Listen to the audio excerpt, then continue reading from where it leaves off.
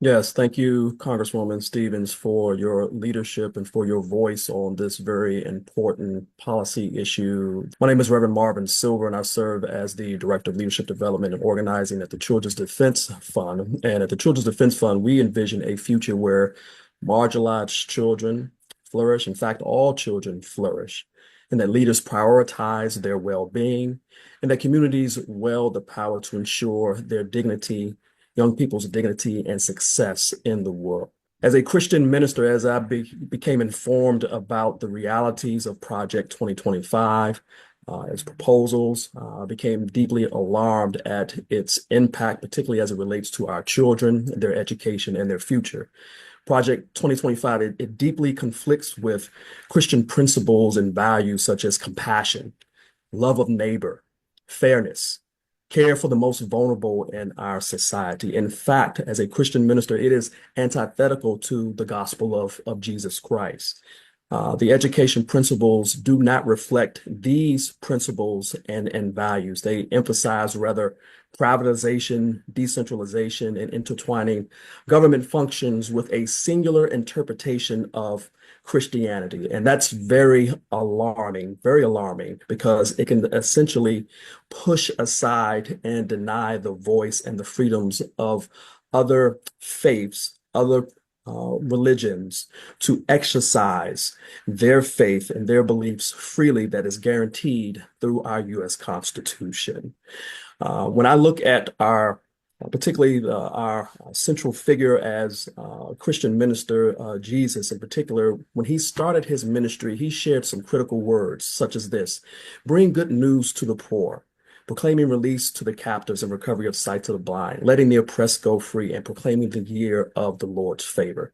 When I hear those words, I hear joy being provided to young people. When I hear those words, I hear freedom in the ability to learn without restrictions, without harm. When I look at the proposals, I'm deeply concerned because it does not reflect one of those very well-known scriptures, Christian scriptures that many Christians read and use as a guide to determine how they live in the world and how they show up in their relationships.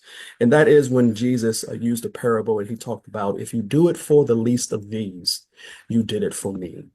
There is nothing in Project 2025 that reflects and speaks to these words and connects to these words that Jesus tells us that we as Christians are to ground our faith in, ground our relationships in, and also ground the ways in which we like to shape our world. So there's a benefit not just to us as Christians, but all of God's creation. Yeah, well, we are absolutely together, my friend, and we are going to continue to be together in this effort to expose, to push back, and to make sure that our country is enshrined in its promise of equity, of inclusion, of equal opportunity for all to succeed. I also serve on another committee in the Congress, the Science, Space, and Technology Committee, where we have pushed for STEM education, science, technology, engineering, and mathematics. And we were told we are leaving people behind demographically, geographically. So we know that the programs that our Department of Education has, that our National Science Foundation, that those are leading to amazing outcomes for this next generation, a generation that has faced a lot of unique trials and tribulations. Certainly with the COVID-19 pandemic, we've got 250,000 orphans now as a result of that, and individuals who need our care and our dedication. So I remain enthusiastic about squashing this agenda and continuing to bolster ours. One of the things that we try to center as a focal point of our work at Children's Defense Fund is the well-being of children and their families. And when I look at Project 2025, it clearly does not do that. It reduces support for low-income families, is diminished civil rights protections for children and their families. It increases, again, religious influence through a singular interpretation and view of Christianity, which becomes very harmful when we look at the Christian principle of respect for others, who are different than you and loving of your neighbor.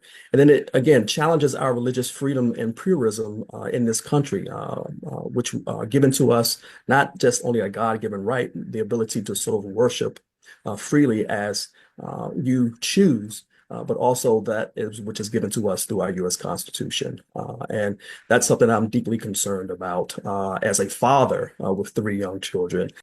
Rev, it's every parent's biggest concern. Are my children going to be better off? Are they going to be better off? And that is what's on the line here. And we see this with some of the twisting and turning that's been going on into our elections at the school board level, the stripping of books, the banning of books, the improper teaching of history. These are some of the battles that we've had on the education committee. Project 2025 doesn't do anything to protect or stand for equal education. And my father was a Detroit public school teacher, first grade, for many, many, many years. And so I want to salute your work. I want to salute our togetherness. I want to salute what is our objective as a nation. Our objective as a nation, it is for the children.